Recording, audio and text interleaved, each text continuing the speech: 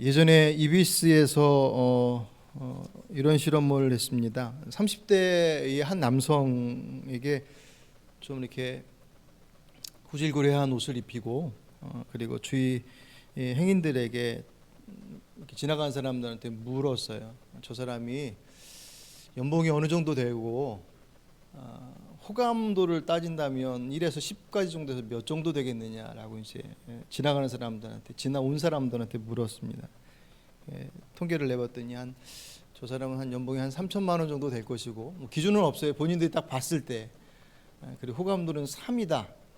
그러니까 반도 안 되는 거예요. 근데 그 똑같은 사람을 다음 날 미용실에 가서 아주 말끔하게 그 단장을 시켜놓고 옷도 아주 멋있는 양복을 입혀놓고 이제 똑같은 자리에 세워놨습니다. 뭐 똑같은 사람이 오가지는 않았겠지만 마찬가지로 행인들이 지나간 그 사람들에게 똑같은 질문을 했다고 그래요. 저 사람이 연봉이 어느 정도 될 것이며 호감도가 어느 정도 되겠느냐 할 때 사람들이 답변이 다르게 나왔습니다. 당연히 그렇게 보이겠죠. 연봉 한 7천 정도 될 것 같고 그리고 호감도는 8이다. 뭐 그렇게 나왔다고 합니다. 비슷한 취지로 또 하나의 실험을 했는데 신호등이 바뀌면 차량이 이제 이동을 하는데 앞 차량이 가지를 않아요. 그럴 때 과연 뒷차량이 클락션을 몇 초 만에 울리는가? 앞에 차가 소형차일 때, 경차일 때 평균적으로 3초가 걸리더래요. 더 일찍 누른 사람도 있을 것이고 더 늦게 누른 사람도 있을 텐데 한 평균 3초 정도. 앞차가 대형 중형차 이건 외제차인 경우는 몇 초 걸렸을까요? 여러분 몇 초 만에 누르십니까? 10초나 걸렸대요. 인내심이 대단해. 앞에 무슨 차가 있든 안 가면 일단 누르고 보는데 어떤 의미인지는 아시겠죠? 앞에 작은 차가 있을 때 사람들이 생각하는 것과 대형 중형차와 외제 차량이 있을 때 사람들이 느끼는 것이 이제 다른 거죠. 미국에서도 좀 유사한 실험을 했는데 이번에 좀 다르게 연주만 하면 모든 객석을 매진시키는 아주 세계적인 바이올리니스트인 조슈아 벨이라고 하는 사람을 워싱턴역에 신분을 감추고 그냥 일반 복장으로 그냥 그 거리 악사와 같이 그렇게 역 앞에서 연주를 하게 했다고 그래요. 이분이 이제 자기가 쓰는 그 악기를 가지고 그 악기의 시가가 약 39억이나 되는. 그러니까 뭐 워낙 유명한 음악가들은 뭐 사용하는 악기도 뭐 워낙 고가니까 그렇게 고가의 바이올린을 가지고 40여 분을 이렇게 연주를 하는데 사람들이 그 앞에 채 1분을 머물러 있지 않더래요. 그리고 거기서 모아진 돈이 32불밖에 되지 않았답니다. 연주하면 매번 매진을 이루었던 그냥 사람들 보기에는 그냥 거리 악사 정도로 본 거죠. 우리가 흔히 이제 그런 얘기를 합니다. 사람은 겉모습으로 판단하는 것이 아닙니다. 얘기는 그렇게 하지만 실제적으로 사람들을 판단할 때 겉모습으로 판단하는 경우들이 대부분입니다. 전에도 언젠가 말씀드렸던 것처럼 사람들이 첫 인상이 가지고 있는 어떤 이미지가 상당히 오래 간다고 말씀드렸잖아요. 그 첫 인상이라고 하는 것이 결국 이제 밖에 보여지는 그 외적인 모양이겠죠.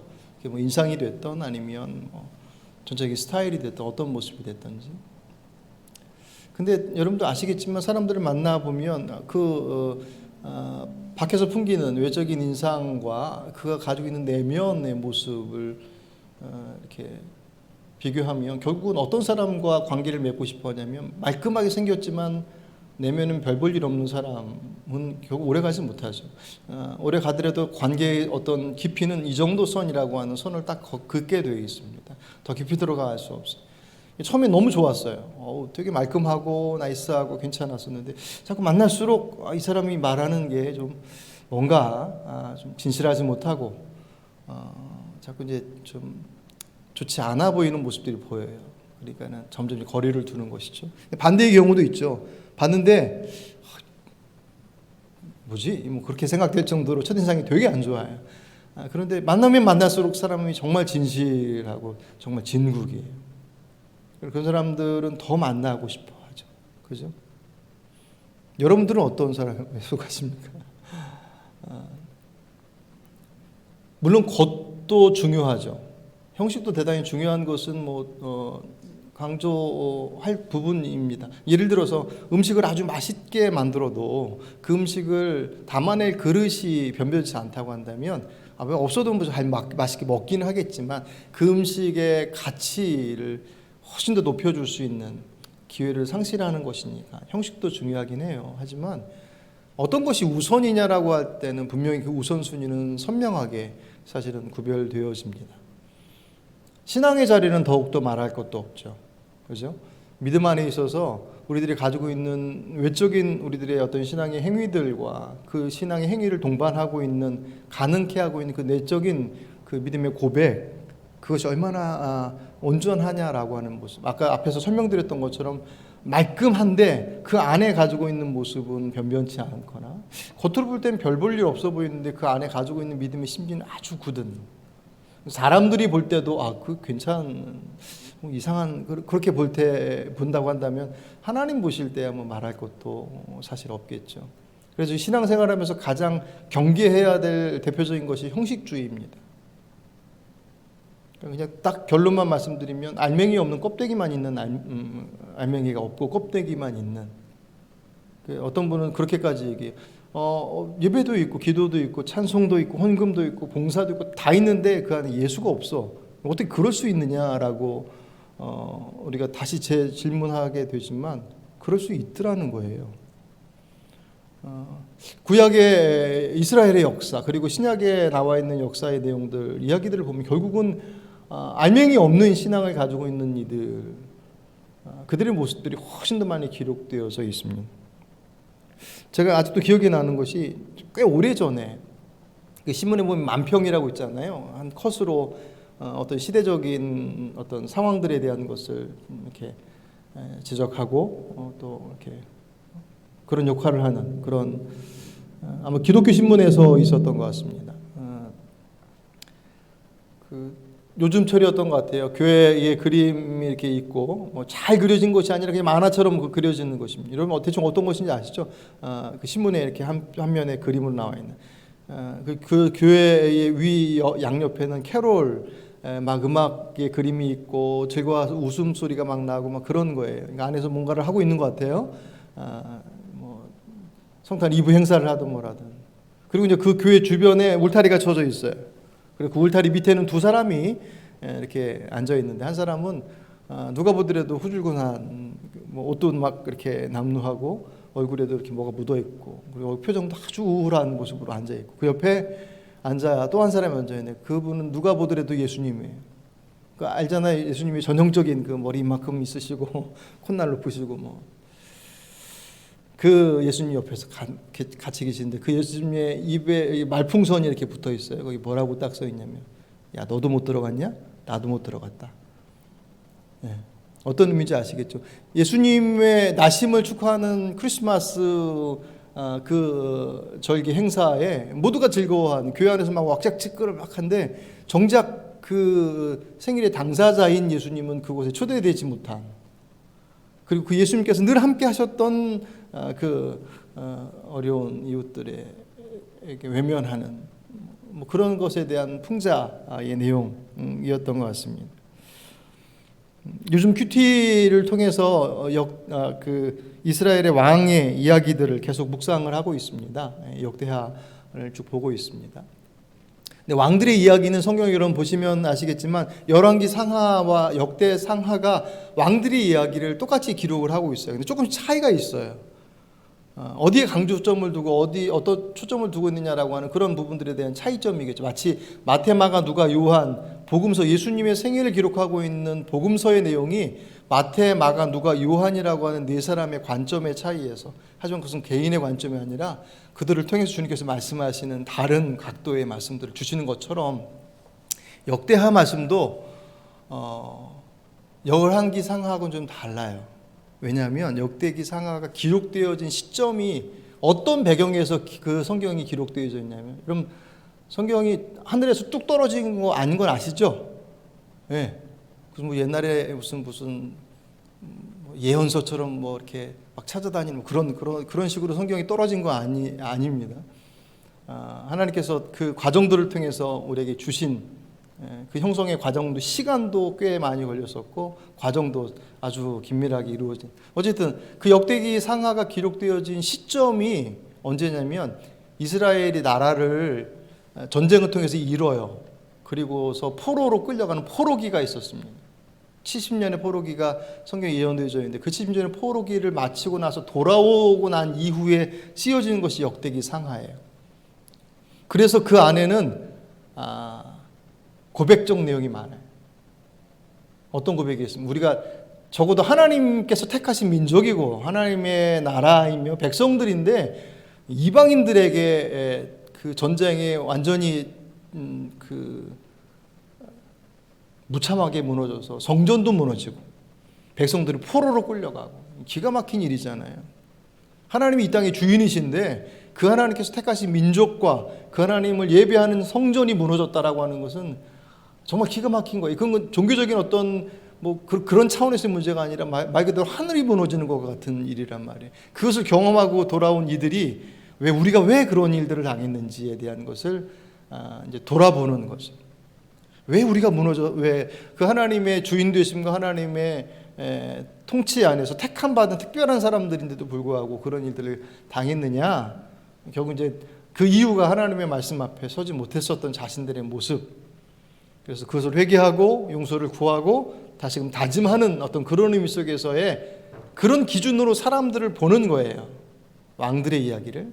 그래서 그 왕들의 이야기가 꼭 왕이 아니더라도 일반의 사람들도 똑같은 내용으로 적용할 때 어떻게 되냐면 그 잘한 것도 있었지만 그 잘함 속에서 무너진 모습들.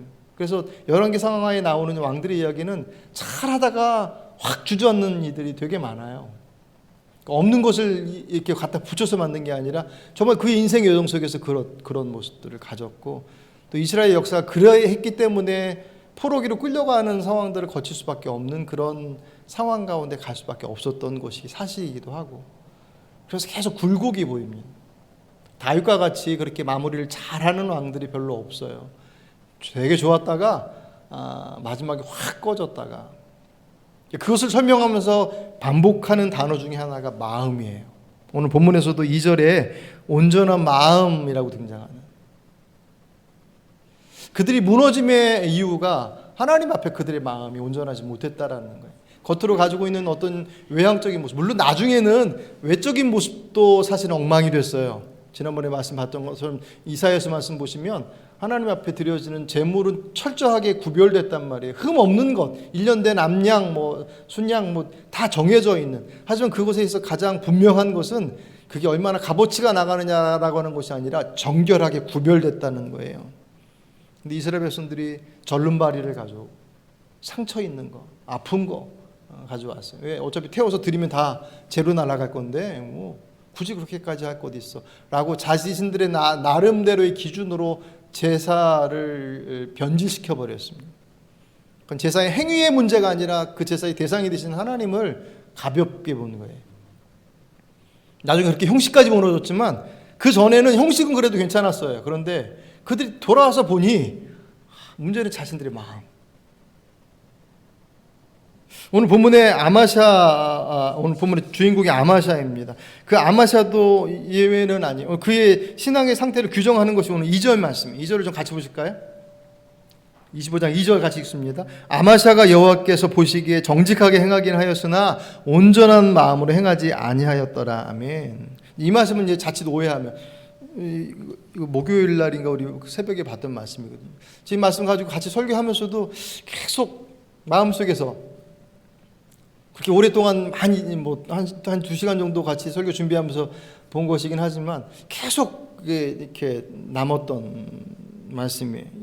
2절 말씀 보면 이제 그렇게 생각되는 거예요. 이 사람이 믿음이 있긴 하지만 아직 믿음이 어려서 잘 못하는, 그러니까 정직하게 행하긴 했지만 하나님의 온전한 마음으로 행하지 않았다, 뭔가 부족했다라고 하는 정도로 생각을 하게 됩니다. 근데 그런 증거가 바로 뒤에 나와요. 오늘 4절까지 읽었지만 4절 안에 그 얘기, 첫 번째 이야기가 나오는 것이 아마샤의 아버지가 요아스예요. 근데 그 요아스 왕이 신하들의 반역에 의해서 처형당해요. 그 신하들에 의해서 마지막 왕의 마지막에 아주 처참하게 살해당합니다. 그래서 아마샤가 왕이 되고 난 이후에 오늘 본문 3절 보시면 그의 나라가 굳게 섬에, 곧 아마샤가 왕위를 딱 잡고 자신의 왕권을 견고하게 딱 세우고 난 이후에 그가 뭘 했냐면 3절 그의 부왕을 죽인 신하들을 죽였으나, 원수 갚는 거죠. 뭐 그것은 개인적인 원수이기도 하겠지만 어쨌든 그 왕을 끌어내려서 죽이고, 어떻게 보면 구테타와도 같은 것인데 다른 왕을 세우지 않고 그 아들이 왕이 되기는 했지만 어쨌든 그 아들의 입장에 있어서는 아버지를 죽인 원수들이잖아요. 근데 그렇게 신하들을 죽였으나 라고 하면서 4절에 쭉 설명된 것이 뭐냐면 그 신하들의 부하는 아들은 죽이지 않았다. 그렇게 단서를 달아요. 그리고 그 이유를 뭐라고 하냐면 성경의 율법에 아버지 일 때문에 아들을 죽이지 말고 아들이 일 때문에 아버지를 죽이지 말아라.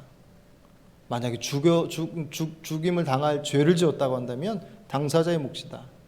이것이 딱 기록되어 있다라고 하는 그 당시에 근동에 있었던, 근동까지 가지 않더라도 우리 역사들 속에서도 있잖아요. 사도세자와 같이 아버지 그 복수하려고 완전히 다 씨를 말려버리잖아요. 그게 뭐 우리나라만의 역사겠습니까? 거기도 다 사람 사는 곳인데 아마샤가 힘을 가졌어요. 그 힘을 가지고 이제 원수를 갚는데 당사자만 제거해요. 그게 쉬운 일 아니겠죠. 힘이 없어서 간신히 제거만 하는 것이 아니라 힘을 가져 견고하게 딱 틀어줬어요. 말 한마디 하면 다 싸그리 그 집안 물살시킬 수 있어요. 근데 그렇게 하지 않아요. 왜요? 성경에 그렇게 하지 말라라고 하는 말씀이 있었다라고 하는 것으로 딱 선을 거나요. 그리고 이제 그 뒷장면에 4절 이후에 나오는 그 하나 이야기가 에돔과의 전쟁을 준비하는 과정 속에서 그의 모습이 나타나요. 그 말씀을 따르려고 하는 이스라엘의 역사, 그 남유다의 그 당시 아마샤가 에돔과의 전쟁을 준비하면서 군사를 다 끌어모았는데 30만밖에 되지 않아요. 그 이전에 바로 윗세대 왕들은 뭐 56만, 뭐 여호사밧 같은 경우는 115만, 그렇게 군사의 수가 꽤 많았었는데 30만으로 확 줄었어요. 그만큼 이제 지나오면서 이제 많은 일들이 있었던 거죠. 그러니까 전쟁에 승리를 하려면 군사가 필요하니까 아마도 이제 고민하다가 북이스라엘에서 용병 10만을 데리고 옵니다. 거기다 은 100달란트를 지불하고, 그 은 100달란트가 무게로 얘기하면 약 3.5톤이에요. 그러니까 어마어마한 값을 치르고 이제 데리고 와서 전쟁에 나가려고 하는데 하나님께서 하나님의 사람을 보내셔서 안 된다. 용병 데리고 나가면 안 된다. 라고 만류해요. 두 가지 이유입니다. 첫 번째, 하나님께서 북이스라엘과 함께하는 것을 기뻐하지 않으신다. 북이스라엘과 동맹하는 것, 그것 자체가 하나님께서는 기뻐하지 않으신다. 워낙 북이스라엘의 역사를 보시면 거기는 불순종의 역사예요. 그리고 왕들의 내용들을 보면 다 구테타와 구테타로 이루어집니다. 피해 역사예요. 똑같이 하나님을 믿고 있지만 남유다 북이스라엘의 모습은 상당히 다른 모습을 갖게 돼요. 왜냐하면 그들이 어떤 면에서 보면 오늘 본문에서 아마샤의 모습을 얘기하고 있지만 북이스라엘은 북이스라엘 왕들이 다 아마샤와 같은 모습을 가지고 있어요. 그것까지 보지 않더라도 오늘 본문 뒷부분에 좀 보시면 아시겠지만 그 용병 10만을 다시 그냥 결국 보내요. 근데 그 10만이 돌아가면서 무슨 일을 하냐면 돌아가던 길에 유다의 한 성읍에서 3,000명을 학살을 해요. 거기서 마을에 들어가서 그 약탈하고. 그것만으로도 이 북이스라엘의 사람들이 얼마나 잔악한지, 그리고 하나님께서 결코 인정할 수 없는 사람들인 것을 그들 스스로가 보여줘요. 그리고 또 하나의 이유가 뭐냐면 전쟁의 승패는 용병을 데리고 오느냐 마느냐 군사력에 있는 게 아니라 하나님께 있다라고 하는 것을 아마샤가 간과하고 있다는 거예요. 물론 전쟁을 이기려면 군사를 준비하는 것은 당연한 준비이죠. 그 자체가 문제이기보다는 성경을 보시면 아마샤는 그 전쟁을 준비하는 데서 하나님 앞에 묻지를 않아요. 어떻게 해야 할지에 대해. 근데 그들의 역사는 하나님 이미 그 민족 자체가, 그 나라 자체가 하나님과 연결되어, 정치와 종교가 하나로 되어져 있는 지금 그런 사회 형태란 말이죠. 그러니까 우리처럼 그냥 너무 분주해서 물을 수 있고 안 물을 수 있고, 왕이 하나님 믿고 안 믿고 그런 차원의 문제가 아니에요. 거긴 다 지금식으로 얘기하면 다 그냥 기독교인 마치 중세시대와 같이. 유대 사회는 그렇게 특별했습니다. 그런데 그가 하나님께 묻지 않아요. 하나님께서 그 선지자를 보내셔서 두 번째 이유로 그렇게 얘기하십니다. 전쟁의 승패는 군사에 있지 않고 하나님께 있다. 만약에 10만 대군을 끌고 나간다고, 같이 용병들을 데리고 들어간다고 한다면 당신 열심히 싸워야 될 거다. 안 그러면 하나님께서 엎어지게 할지도 모른다. 그렇게 경고를 해요. 그때 아마샤가 고민을 하다가 결국은 10만의 용병을 보내요. 그 장면까지 보면 아마샤가 그래도 왜냐하면 이게 쉬운 결단은 아니거든요. 왜냐하면 자기 군사 30만이에요. 용병은 10만이나 데려왔어요. 그럼 40만인데 40만 중에서 10만을 포기한다는 게 쉬운 건 아니잖아요. 그래도 하나님을 믿으려고 애는 쓰나 보다, 그렇게 생각할 법한데, 뒤에 보여지는 아마샤의 모습은 오늘 보면 아까 읽었던 2절의 그 말씀, 2절이 뭐였죠? 온전한 마음으로 행하지 아니하였다라고 하는 이 구절을 너무 가볍게 해석한 거예요. 이 온전하다라고 하는 단어가 화목하다, 평화하다라는 뜻이에요. 그러니까 정리해서 보면 그의 말씀을 따라 행위는 하고 있지만 그 행위 속에는 그는 하나님과 화목하지 않아요. 이상하죠? 행위는 말씀을 따라가고 있는데 마음은 하나님과 화목하지 않아요. 이게 무슨 얘기냐면 하나님을 따르고자 하는 마음은 있는데 내가 마음이 너무나 약해서 부족해서 못하는 그런 차원의 문제가 아니라 하나님과 가는 결이 다르다는 거예요. 주님의 뜻과 지금 아마샤가 지금 가고자 하는 길이 다르다는 거예요. 그래서 행동을 하고 있지만 몸은 가 있는데 마음은 거기에 없는 거예요. 그런데 왜 그것을 하고 있냐? 목적이 다르기 때문에. 아마샤가 지금 이것을 하고 있는 이유는 하나님의 말씀, 들어보니 맞아. 하나님께서 그렇게 이 전쟁의 승패는 하나님께로 있고 하나님께서 북이스라엘과 함께하는 것이 옳지 않다라고 말씀하시니 그 말씀이 맞다. 내가 그것을 의지해서 그 말씀대로 따라가겠습니다. 잘 어렵지만 그렇게 해서 그분의 말씀을 따라서 간 것이 목적이 아니라는 거예요. 다른 목적이 있더라는. 마음은 다른 곳에 가 있는데 행동만 그곳에 있어요. 여기서 여러분들 오해하지 마실 것은 그거예요. 마음은 우리 예수님께서 그 겟세마네 동산에서 그 온 진액을 쏟으신 기도를 하시고 오시는데 제자들은 자고 있었잖아요. 함께 기도하자라고 특별하게 부탁까지 하시고 가셨는데도 불구하고 자고 있는 그 제자들의 모습을 보시고 주님께서 안타까워하시면서 마음은 온유로되 육신이 약하구나. 마음은 있는데 실력이 안 되는 거예요. 하나님의 뜻이 뭔지는 알아요. 그래서 가고 싶어요. 근데 잘 안 돼요. 그게 실력이에요. 그런 거죠. 그 TV 보니까 그런 무슨 광고인지 모르는데 그런 거 있더라고. 뭐 운동을 잘하고 싶다고 해서 잘하는 게 아니죠. 뭐 그런 게 있어요. 그러니까 기술에 대해서 잘 알고 있다고 해서 그것을 잘 사용할 수 있느냐? 그것은 별개의 문제. 고린도전서 13장이 사랑장이라고 합니다. 그 사랑에 대한 내용이 쫙 나와 있어요. 그 사랑에 대해서 정말 잘 안다고 해서 사랑을 잘하는 것은 아니에요. 다른 문제잖아요. 마치 그와 같습니다. 하나님의 뜻을 따르고 싶은 마음은 진짜 진심이에요. 그런데 그 말씀을 따르려고 갔는데 내 몸이 거기에 따라가기에는 아직도 많이 부족한 게 많아요. 아마샤의 상태는 그 상태가 아니라는 거예요. 아마샤는 그분의 뜻을 따르고자 하는 마음이 애초에 없어요. 근데 행동을 하고 있어요. 왜 했겠느냐? 그게 관건이겠죠. 그가 원했던 것은 하나님의 말씀에 대한 순종이기보다는 하나님께서 그 말씀을 따르면 주어질 것에 대한 열매가 그에게 있어서는 주 목적이에요. 그 증거가 아까 그 에돔과의 전쟁을 준비하면서 하나님께서 기뻐하지 않으신다, 용병을 보내야 된다라고 했을 때 9절 말씀 좀 같이 보실까요?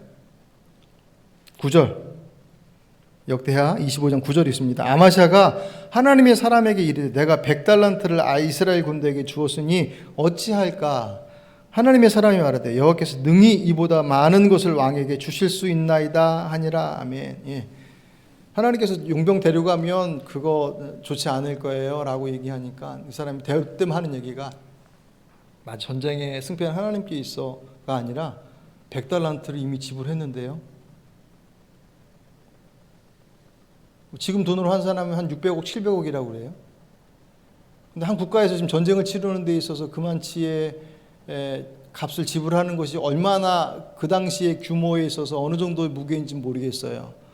많으면 많은 대로의 의미가 있을 것이고 적으면 적은 대로 또 의미가 있을 거예요. 그거 아까워서 지금 주의 말씀을 따르는 것이 흔들리고 있단 말이야? 뭐로 적용할 수도 있으니까. 어쨌든 아마사에게 제일 먼저 딱 들었던 생각은 그럼 돈은 어떻게 해? 라는 거였단 말이에요. 그러니까 그에게 뭐라고 그래요? 선지자가 하나님께서 능히 이보다 많은 것을 더해 주실 수 있나이다 라고 하므로 걱정하지 말라고, 하나님께서 채워주실 거라고. 이 말씀 사실 우리가 잘 적용하잖아요. 하나님께 채워주실 줄 믿습니다 라고 고백하고 우리가 선언하고 또 뭐 헌금하기도 하고 또 봉사하기도 하고 뭐 그렇게 하지 않습니까? 그때의 모습은 그거 잘 해주신다라고 하는 것 자체보다도 그분의 말씀을 따르는 것이 핵심이고 그 뒷것은 열매란 말이에요. 이게 뒤바뀌어 버리면 문제가 되는. 오늘 본문의 아마샤는 목적은 주의 말씀을 따르는 것 자체보다 그 따르면 이게 주어진대 라고 하는 것에 대한 것이 아마샤의 본심인 거예요. 순종함을 통해서 이루게 될 승리, 그것이 아니라 그 순종, 그 따라가는 것을 통해서 얻게 될 그 열매, 그러니까 그가 필요한 것은 하나님의 말씀이 아니라 하나님의 능력인 것입니다. 그리고 그 모습이, 그런 이유가, 그 숨겨진 속내가 선명하게 드러나는 것이 에돔과의 전쟁을 승리로 하고 난 이후에 그대로 확 드러나는 것이 14절이에요. 14절을 같이 보실까요?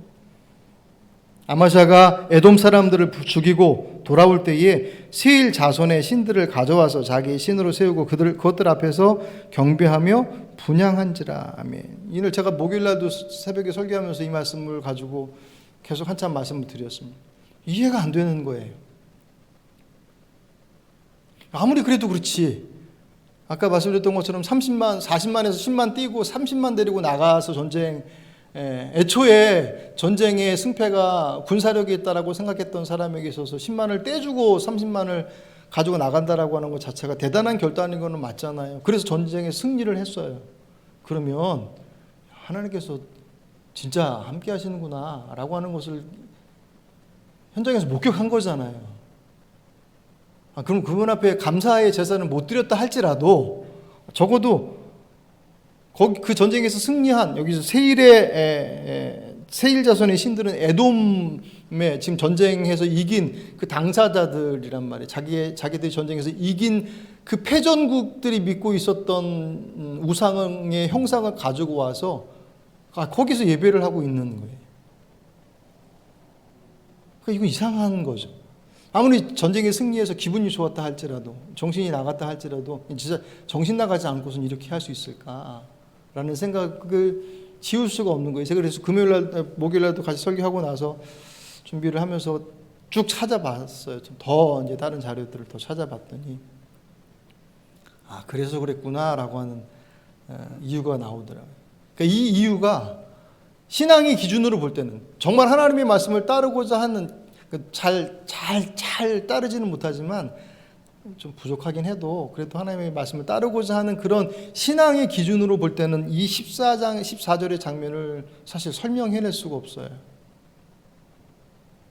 그렇다면 방금 설명드렸던 것처럼 그의 목적은 주의 말씀을 따르는 신앙의 기준이 아닌 다른 것에 그 마음은 가 있었던 것이고, 그런 모습이 그 당시 근동 그 지역 안에서 일상적으로 있었던 일 중에 하나가 바로 지금 이 행위라는 거예요.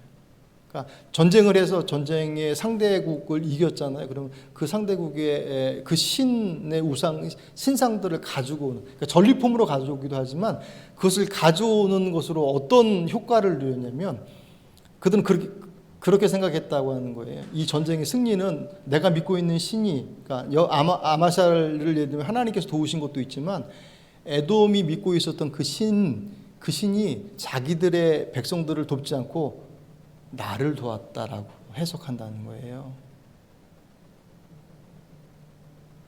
이상하죠. 근데 그때는 그것이 일상적인 모습이었다는 거예요.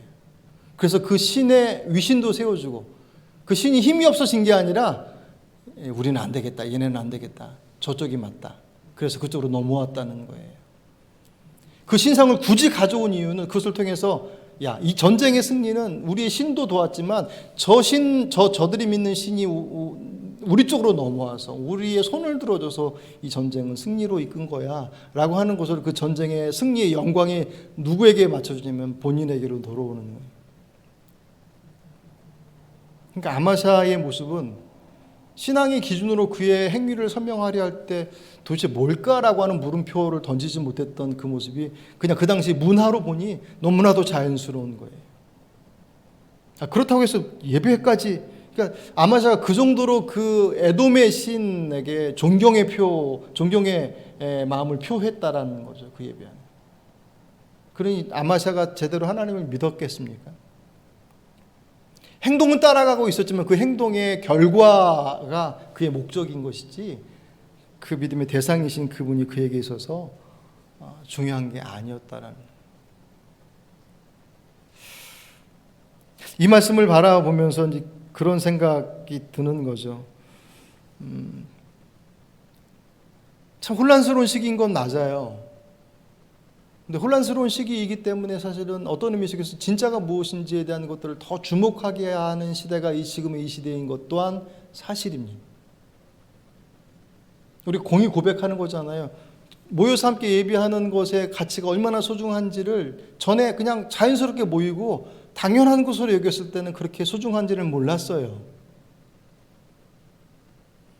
그런데 그것이 차단되어지고 제한되어지고 때로는 아예 모이지도 못하는 상황들이 꽤 오랜 시간 지속돼서 나타난 결과들을 보니 야, 우리가 모여서 예배드리고 밥 먹고 그냥 그 안에 우리 그때는 그랬잖아요. 주일날 모이는, 야, 우리 신앙이 주일만 모여가지고 되겠습니까? 뭐 그렇게.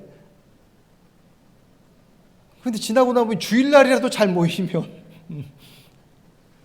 그 모임 안에서의 가지고 있는 만남을 통해서 이루고 있는 그 내용들이 당연하게 여겼을 때는 그렇게 중요한지 몰랐었는데 그것에 대해서 제한되고 나서 보니까 그게 소중한 것인지 알게 되더라는 거예요. 정말 소중한 것이거든요. 그 혼란스러운 시기들 속에서 우리가 흔히 인생의 아픔과 고난을 겪으면 어떤 게 정말 중요한 것인지를 사실은 찾게 되잖아요. 풍족할 때는 이것도 하고 저것도 하고 다 하지만 정말 어려울 때는 진짜 중요한 것만 찾잖아요. 지금의 시대가 바로 그런 시대, 그런 면에 있어서는 영적인 부분에 있어서는 어떤 게 중요한 것인지에 대한 그 부분에 대한 것들을 우리 안에서 선명하게 구별해야 되는 그때 기준이 뭐냐는 거예요.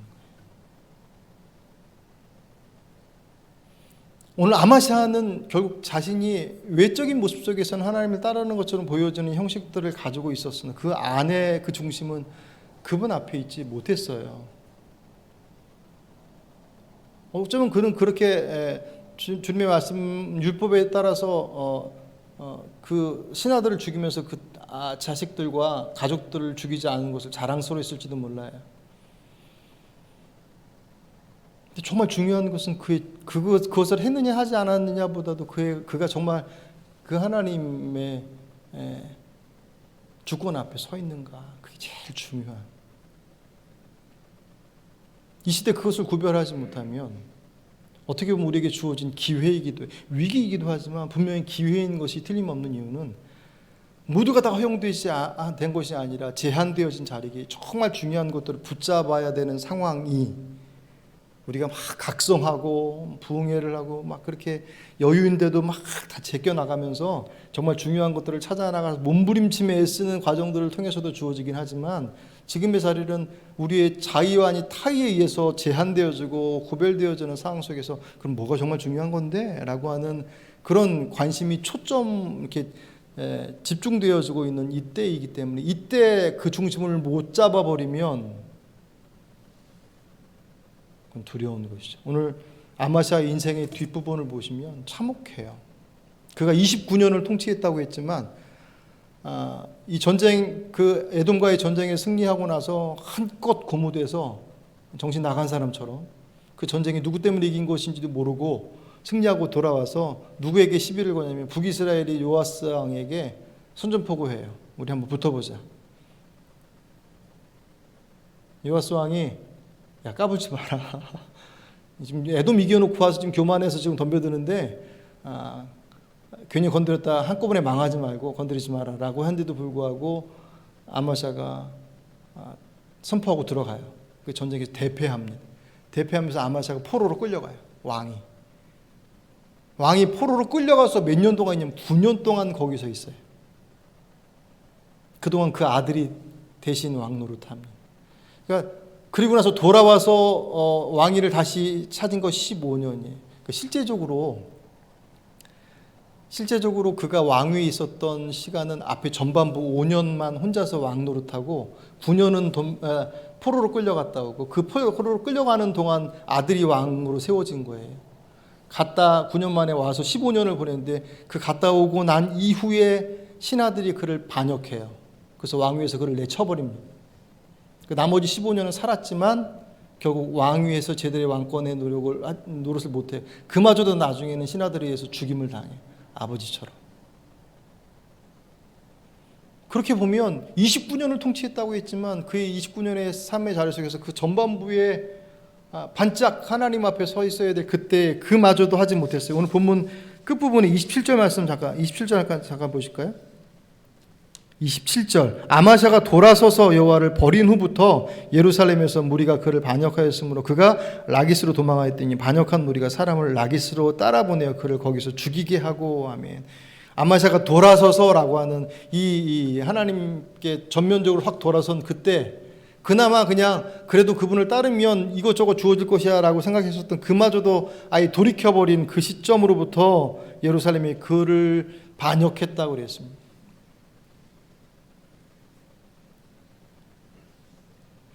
오늘 우리 안에서 하나님 앞에 우리 신앙의 중심을 점검하는 것은 그 어떤 것들을 정돈하는 것보다도 가장 중요한, 그것을 놓쳐버리면 모든 것을 놓치는 것과 다르지 않기 때문에, 거꾸로 얘기하면 아무리 많은 것을 가지고 있다 할지라도 그 중심을 놓쳐버리면 아무것도 갖지 못한 것과 다르지 않습니다. 그러니까 그런 거죠. 아까도 형식을 말씀을 드렸지만 형식은 사실 부차적인 거예요. 내가 정말 주님 앞에 있어요. 예수님의 장면을 생각하시면 훨씬 더 이해하기 편하실 거예요. 그 막중한 엄중한 상황 속에 예수님은 정말 땀이 피가 되는 것처럼 진액을 쏟으며 기도하시는 그 절체절명의 상황 속에 제자들이 그 피곤에 못 이기고 자고 있는 모습을 보시면 주님께서 원망하지 않으시고 안쓰러워하셔요. 앞으로 저거 어떻게 해? 그 안쓰러워하시는, 그가 기도의 자리에 엎어져 자고 있는 모습을 보지만 너 왜 기도 안 하고 그러고 있느냐라고 하지 않으시고 그 모습을 안쓰러워하시는, 왜? 그들의 마음을 아시기 때문에요. 하나님께 속해 있는 그들의 모습을 아시기 때문에. 그들이 거창하고 유창한 기도를 하지 않을지라도 그들의 중심 안에 하나님 앞에 있음에 대한 것들을 알고 계시기 때문에 그들의 모습을 안타까워하시는 거예요. 하지만 반대로 그들이 꽤 괜찮은 모습을 가지고 있다 할지라도 그 중심이 하나님과 상관없어요. 그 대표적인 사람들이 바리새인과 서기관들과 그 당시 종교 지도자들이었잖아요. 자신들을 구원하러 오신 메시아를 그들 스스로가 십자가에 못 박아 버릴 정도로 영적으로 문외한들이었습니다. 그건 하나님과 상관없는 사람들이었어요. 그러니 여러분들이 잘 신앙의 자리 속에 잘 못하는 것, 그것이 여러분들 하나님 앞에서 죄스러운 것, 잘하면 좋죠. 몸도 마음도 하나님 앞에 잘 서면 그것만큼 귀한 것이 없죠. 그렇게 건강하게 잘 자라시길 바랍니다. 하지만 혹 여러분들이 마음에 그 원함은 있는데 그 육신의 연약함 때문에 아주 두려워요.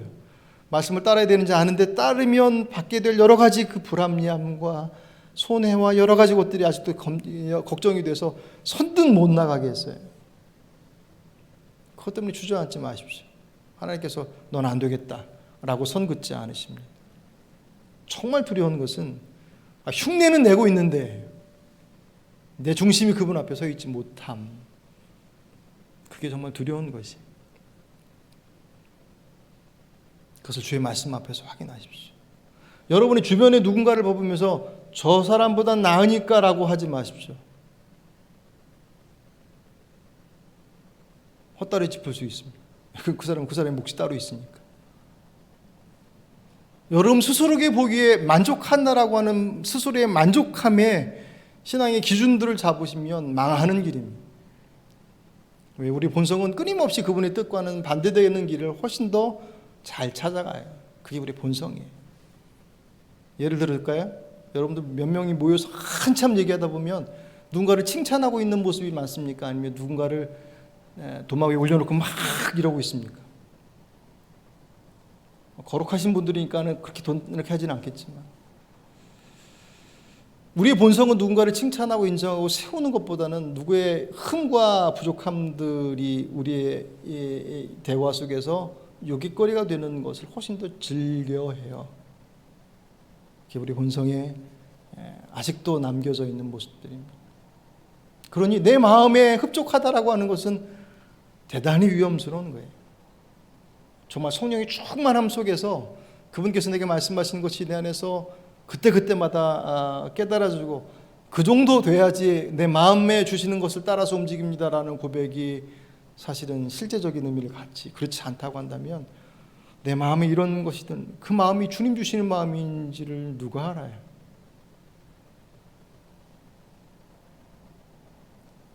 코로나19가 여러분들 우리들의 삶을 혼란스럽게 만들어 간다고 두려워하지만 그렇지 않습니다. 오히려 우리들 안에서 정말 중심이 무엇인지를 보게 하는 중요한 기회입니다. 모쪼록 우리의 몸과 마음이 하나 되어서 하나님을 바라보는 것. 혹 우리의 부분들이 좀 부족하여서 그 몸이 잘 따라오지 못한다 할지라도 여러분들 그 마음의 중심이 그 하나님 앞에 세움에 있어서는 그 어떤 것과 양보하지 마십시오. 혹여라도 오늘 말씀을 보시면서 아마사의 모습이 오늘 우리들의 모습들 가운데 있다고 한다면 이건 그 밑바탕부터 다시금 정돈해야 될 것들입니다. 모쪼록 믿음 안에서 그 마음과 몸이 하나님 앞에 온전하게 세워지고 그분의 말씀 앞에 따라 순종하며 살아가는, 그래서 정말 그분께서 책임져 주시는 삶을 살아가시는 오늘 저와 여러분의 삶이 되시길 주의 이름으로 축복합니다.